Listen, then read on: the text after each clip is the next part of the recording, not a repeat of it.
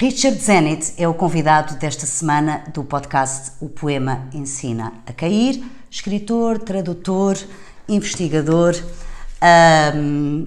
Acaba de publicar este livro chamado Pessoa, uma biografia, que é um trabalho de vários anos, e a segunda biografia de primeira pessoa, de Fernando Pessoa, tantos anos depois de ter saído a primeira em 1950. Richard, este livro tem várias revelações, até agora desconhecidas, sobre Fernando Pessoa.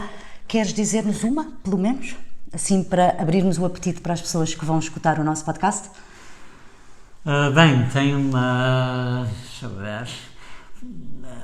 certamente uma coisa importante é a existência de um tio-avô, tio Cunha, de Fernando Pessoa, que o iniciou na criação de outros eus, personagens que inventava juntamente com o Fernando, quando o Fernando tinha 5 ou 6 anos de idade, e tudo isso pode ter dado origem à heteronímia, realmente.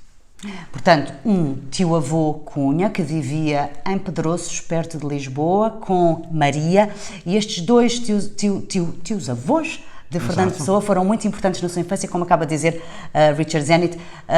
Talvez, quem sabe, até este tio-avô tenha sido decisivo ou definitivo na questão da heteronímia, que depois viria a marcar toda a vida de Fernando Pessoa. Esta biografia, que acaba então de ser lançada, inclui várias novidades, muitos documentos de Fernando Pessoa, muita informação biográfica, algumas anotações, notas e também poesia, porque o biógrafo, a miúdo, vai usando a poesia de Fernando Pessoa para nos contar da sua vida. Escolheste um poema para nos trazer aqui? Sim, a verdade é que a biografia não cita ao longo do livro vários poemas, normalmente pequenos trechos, há poucos poemas inteiros. Inteiros, sim. Mas aqui é um poema do último ano, é inteiro, mas é um poema pequeno, que é assim: o amor é que é essencial, o sexo é só um acidente, pode ser igual ou diferente. O homem não é um animal, é uma carne inteligente, embora às vezes doente.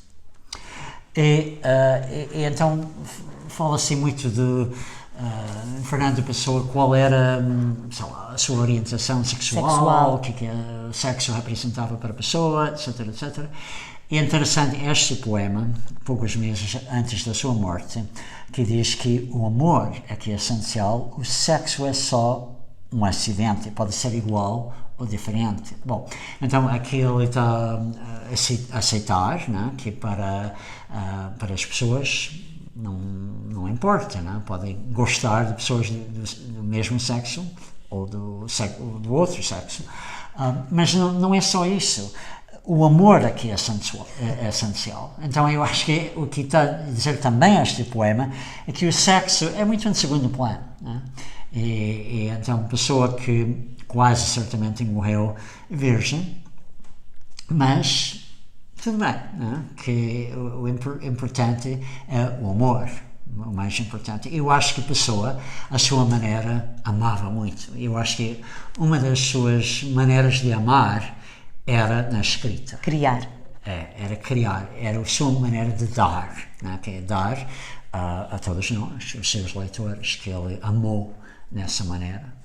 Ficamos aqui com pistas muito interessantes para esta conversa com Richard Zenit, biógrafo de Fernando Pessoa, um investigador pessoano há mais de 30 anos, veio para Portugal para traduzir poesia trovadoresca portuguesa, acabou por, digamos, tropeçar em Fernando Pessoa e entrar no mundo do Pessoa e assim ficar, ganhou de resto um prémio também por causa dessa dedicação a Fernando Pessoa, autor de muitas traduções de Fernando Pessoa para a língua inglesa, e agora apresenta-nos este trabalho, como dizemos, que acaba de sair, que nos traz uma imensa informação sobre a vida de Fernando Pessoa, a biografia, às vezes em coisas tão aparentemente pouco importantes como o cotidiano. Para darmos só um exemplo, Fernando Pessoa gostava de batata doce. Certo, Richard?